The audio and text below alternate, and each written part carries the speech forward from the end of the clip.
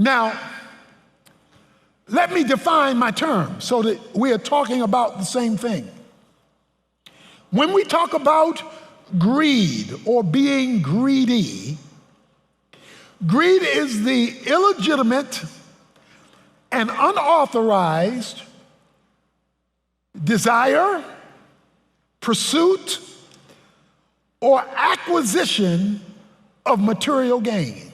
Greed is the illegitimate and unauthorized desire, pursuit, or acquisition of material gain. So catastrophic is greed as an idol that in Romans 1, verses 29 and 30, it's put alongside of murder. It is identified as an idol because it is loved, trusted, and served. Now, I know some people say, well, I don't love money. Yeah, but you fantasize about it and date it. Money seeks to become a master, and it does it through a motivation. And the motivation emanates from this thing called greed. Now, I know that mentally I may be being challenged right now because greed is not something we necessarily attribute to ourselves. So I'm going to give you a test, and then you can decide if you're greedy.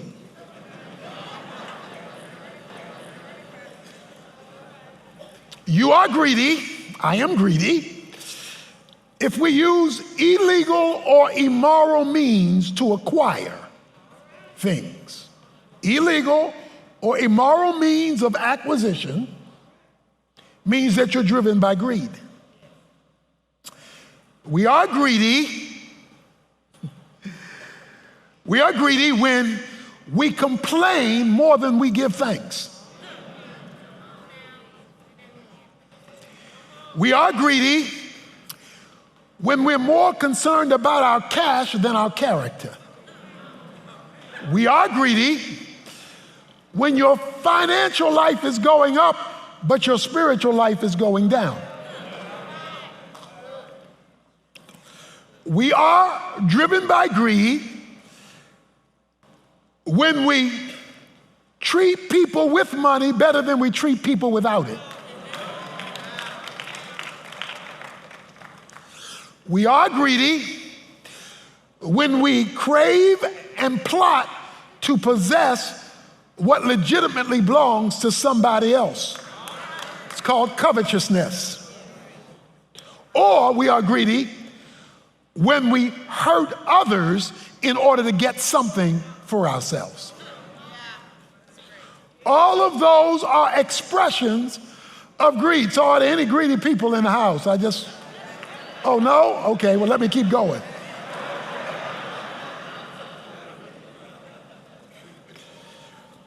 Money is the leading counterfeit god of our culture. In Luke chapter 12, there's a story that Jesus tells. Jesus has been teaching in Luke 12 spiritual truths. In the middle of his instruction, a man comes to him in verse 13. Someone in the crowd said to him, "Teacher, tell my brother to divide the family inheritance with me."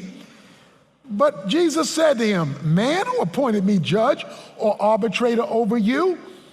Then he said to them, "Beware and be on guard against every form of greed.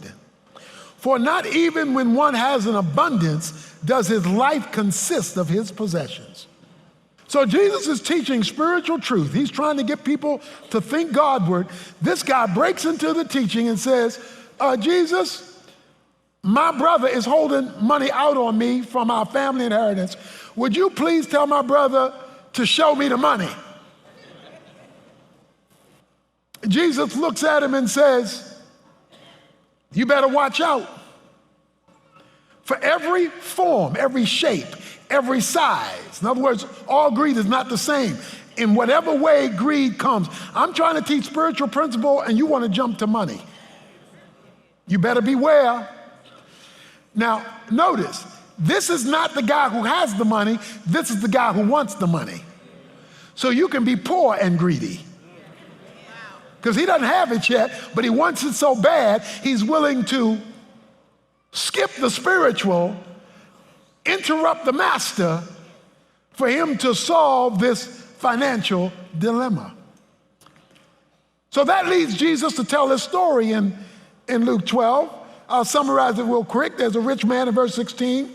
He's got this big piece of property. So he starts talking to himself. He says to himself, his outer man is talking to his inner man. And he says, verse 19, soul, watch it when you start talking to yourself. Soul, you have many good things laid up for many years to come. Take your ease, eat, drink, and be merry. But God said to him, you fool, this very night your soul is required of you, and now who will own what you have prepared? So is the man who stores up treasure for himself and is not rich toward God. Here we have a man who's got a booming agricultural business. I mean, he's got to build more storage to handle how great his business in agriculture has become. I mean, he's blowing and going. So he builds these storages and he starts talking to himself. He says, self, you got it going on. You are the bomb. You are a beast. And so self, since you all that in a bag of chips, we gonna party, hearty. We gonna eat, drink, and be merry. It was all about him, and he's bragging. God enters into his self-talk. And while he's talking to himself, God from heaven says, you fool.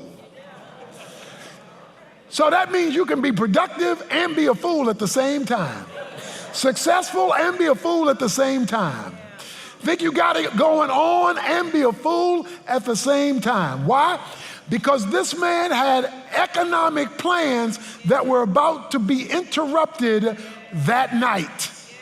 Because he says, your soul is required of you. Now tell me how rich you said you are. In other words, if you are poor toward God, it doesn't matter how rich you are toward man or toward yourself. He's not condemning the man for being productive. He's condemning the man for being spiritually impoverished, although he was financially successful. And he says, I'm coming to get you. When I come to get you, and it will be tonight, even though you don't know it yet, it's going to be tonight, and now you won't get to enjoy anything you planned. You know, that's the thing about the end of life. It can be so unexpected. What God wants you to say is, look, while you live this life, don't be so in the stuff that you miss me. Because when push comes to shove, that can go to somebody else and you may not be here to enjoy it. So don't wait too late to build up your spiritual bank account. Don't let greed make you a fool. Don't let money make you a fool by turning it into greed. Nothing wrong with the indicator light, with money itself.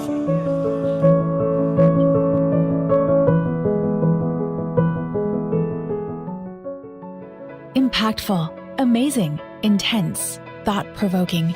That's how just a few students describe their experience since enrolling in the Tony Evans Training Center. The best part is, the Training Center is wherever you and your online connection are. Going beyond a Sunday sermon, these compelling Bible study courses take a much deeper look at Scripture, the Bible's writers, social issues of today, and so much more. Log on today to learn more at TonyEvansTraining.org. TonyEvansTraining.org. Explore the kingdom, anytime, anywhere. But once it turns into greed, which means it's flipped your spiritual priority, you and I have put ourselves in a damaging, devilish scenario. Now here we have a man, and Jesus says in verse 21, so is the man or woman or whoever they are, so is the person who stores up treasure for himself and not rich toward God. So the question on the floor is, how spiritually rich are you? How spiritually rich are you? Now, this issue with greed is not merely an individual problem, it's a family problem. The amount of couples who fight over money, who break up over money, who get divorced over money, who have to sneak and hide money from each other because of money has gotten the wrong foothold in the home. And nothing manifests greed more than the growth of family debt. Oh, but it's not only an individual problem and a family problem, it can be a church problem. There's a theology running around for years, prosperity theology, where you speak wealth into existence, where God becomes your slot machine and you come for your blessing. Never mind, I'm not growing spiritually, I want my blessing. Never mind, there's no time to serve, I want my blessing. Click, click. Never mind, I rob God regularly, I want my blessing. And so God becomes used in the name of God.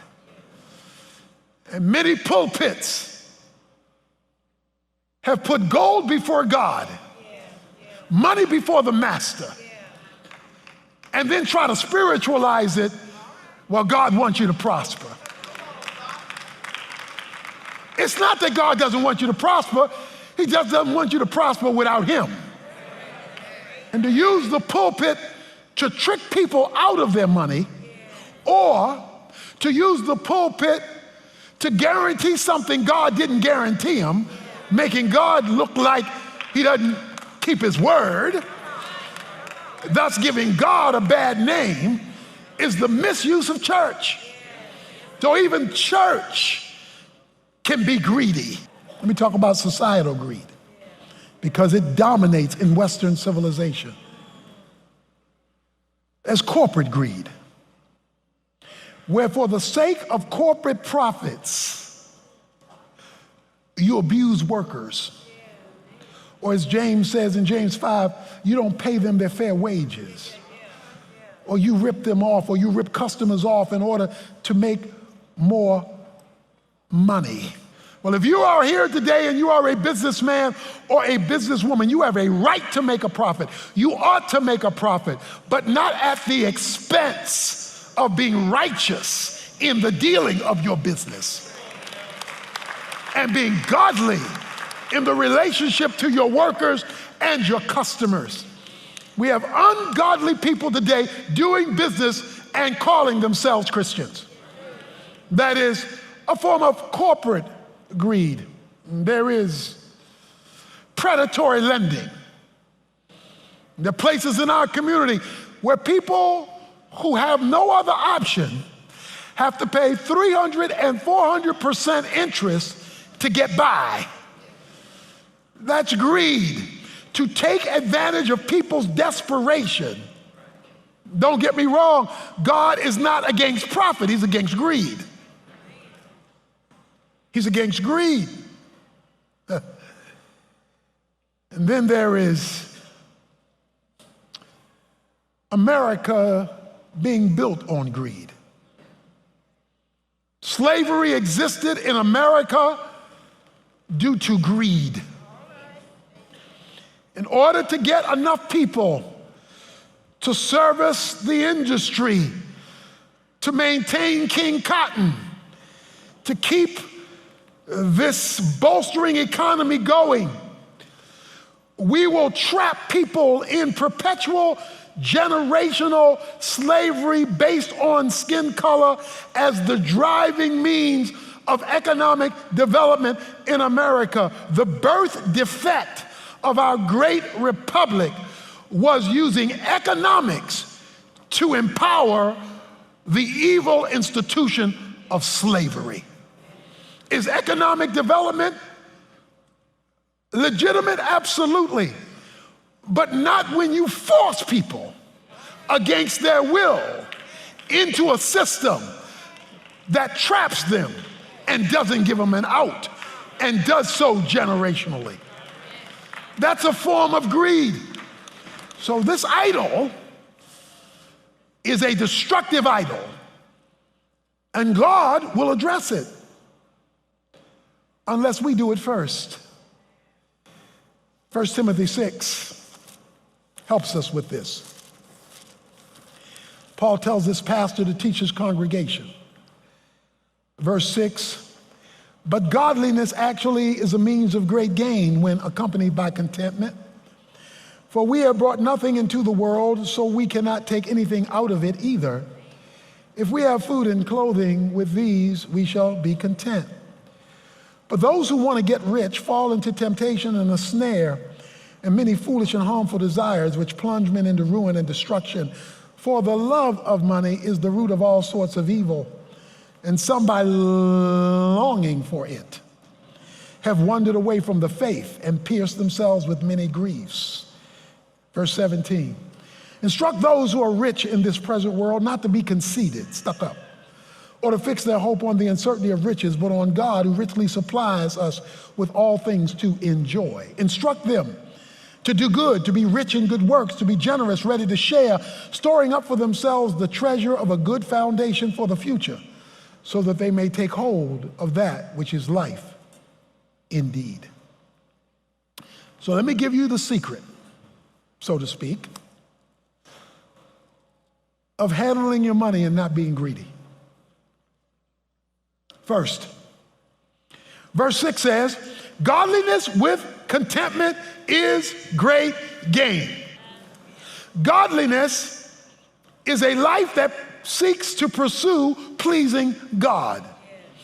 Contentment is to be at ease and grateful for what you have until God gives you more. He says, first of all, when the necessities of life have been provided, food, clothes, shelter, those are necessities of life. When you have those, thanksgiving should be driving your life, not complaining. Greed has side effects. Oh yeah, it's good coming in on the front end, but when it's done its damage, you're gonna wind up with great loss and be a damaged person, not because you have money, but because it's turned into greed, which is the illegitimate use and presence of money. He says, I want you to instruct them, teach them, give them the right perspective. He says, verse 17, those who are rich in this present world. So let's get this straight. It's not a sin to be rich. If it's legitimate, it's not a sin. If you've been productive, you saved your money, you stayed out of debt, your business is doing well, that's not a sin. But then he says, but you tell them something. Pastor Timothy, you tell the church at Ephesus, you tell them this. You instruct them to be rich in good works and to be generous and ready to share. Oh, okay. Let me put it this way. The richer you are, the more generous you should be. Okay? And the richer you are, the more willing to serve you should be. He says, you tell the folk that's been blessed and have an abundance, they should do good works. They should be generous. That was the tithe, and the offering was on top of that, where you help people and serve people and did extra stuff. He says, storing up for themselves. Okay, let me say that again, verse 19. Storing up for themselves. Oh, God has a storage unit. He says, storing up, watch this, treasures, valuables. He says, when you handle money biblically and don't be greedy or the things that money can buy, he says you are building your own storage unit. And in this storage unit, it serves as a good foundation for the future. And what will this storage unit do for you? Watch this. So that they may take hold of that which is life indeed. Somebody say life indeed. Indeed means show enough. Indeed means for real. In Luke 16, Jesus tells a story, and he concludes the story about this unrighteous steward, and he says this in verse 10. He says, he who is faithful in a very little thing is faithful also in much. And he who is unrighteous in a very little thing is unrighteous also in much. Therefore, if you have not been faithful in the use of unrighteous wealth, who will entrust the true riches to you? And if you have not been faithful in the use of that which is another's, who will give you what is your own? No servant, watch this, can serve two masters. For either he will hate the one and love the other, or else he will be devoted to the one and despise the other. Watch this. You cannot serve God and wealth. Okay? You cannot. He will not allow the option of serving God and money.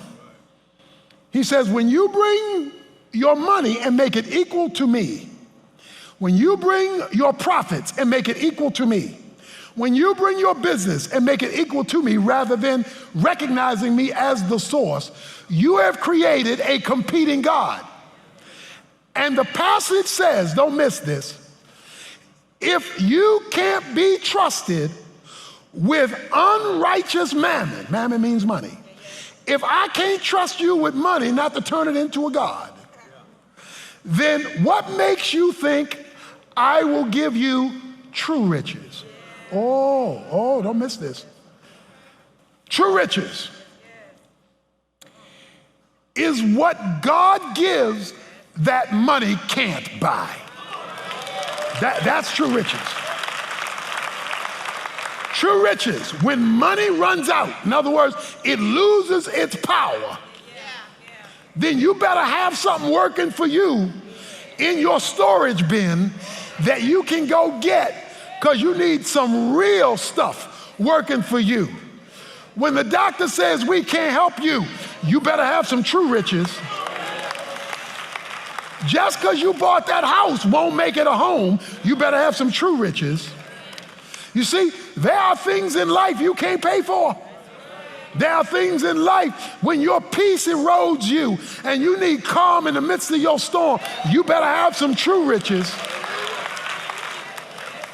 And a lot of folk want to get true riches at the last second. That's not how you store stuff. You build it up over time. Isn't that what you do with your investments? You don't wait for true riches.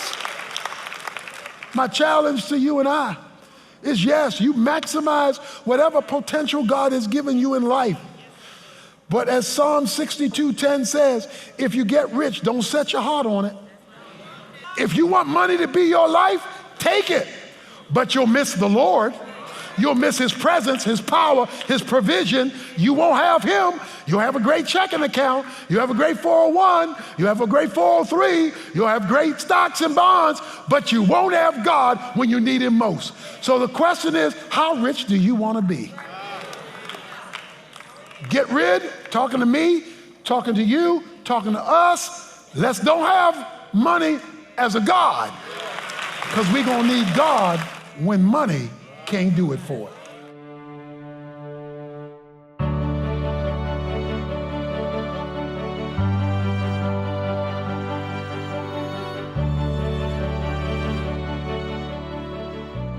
In today's message on American Idols, we looked at greed, that character flaw that can bring destruction to lives and to nations.